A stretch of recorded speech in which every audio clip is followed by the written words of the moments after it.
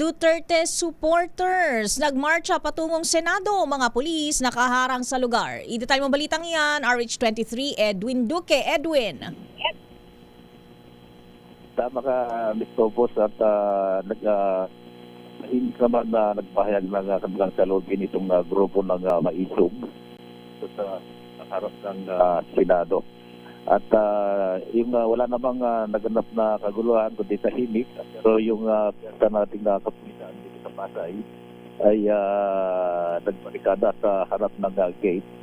Pero napakiusapan ng maayos kanina dito sa may left side at lumipat dito sa kabilang side para hindi makaabala sa traffic. Gaya naman ay kasalita lang sila, ilabas sa kanilang salubin, pero nangako namang walang gugulo at tahimik lang nilang ipapahayag yung kanilang salubin at nakalagay sa kanilang mga karatula na yung mga karatulang huwag iboto yung mga susuporta dun sa impeachment again na Vice VP Sara Duterte. Sa ngayon ay tahimik pa naman na Mayor. Yes, Mayor. Parang kukundi sila, ano? Mga ilan ba yan? Andito tayo sa post ng Pasay mga yung sa ambulance. Ilan ang medyo dahil sa init ng panahon, tumas yung beat natin.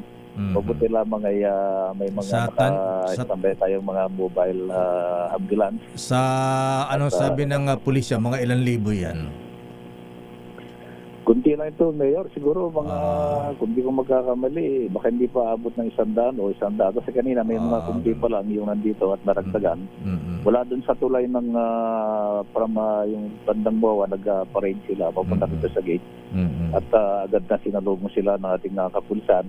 Ang purpose dito para hindi makapagbigay ng abala sa traffic. At maayos naman, nasa gilid sila ngayon habang nagpapahayag ng kanilang salubin na ang kanilang karatula ay huwag iboto yung mga Congress at Senado na pabor sa impeachment kay VP Sara Duterte. Ngayon, tuloy-tuloy pero tahimik at nagsindi sila ng insenso kanina para raw makarating sa damdamin ng mga mababatas at makapag-isip sa tamang desisyon. Yan lamang, Mayor. Okay nga Roda, Edwin. Pagaling ka, nag-high blood daw siya lakay eh. Na-high blood ba siya? Kuna napudot kanina daw.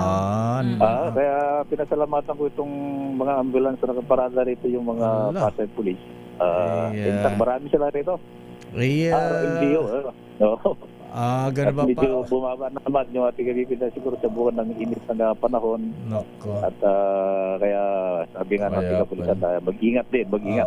Dahil ang panahon natin biglang nagpapatas ng bibig. Kaya pagka mainit inom ka ng mainit na kape. Ayan.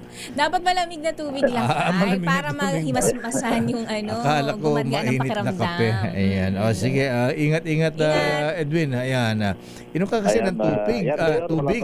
Sa bahagi ng Senado ako si RH23 at ito kinagulat sa DSRH. Una sa Pilipinas, una sa Pilipino.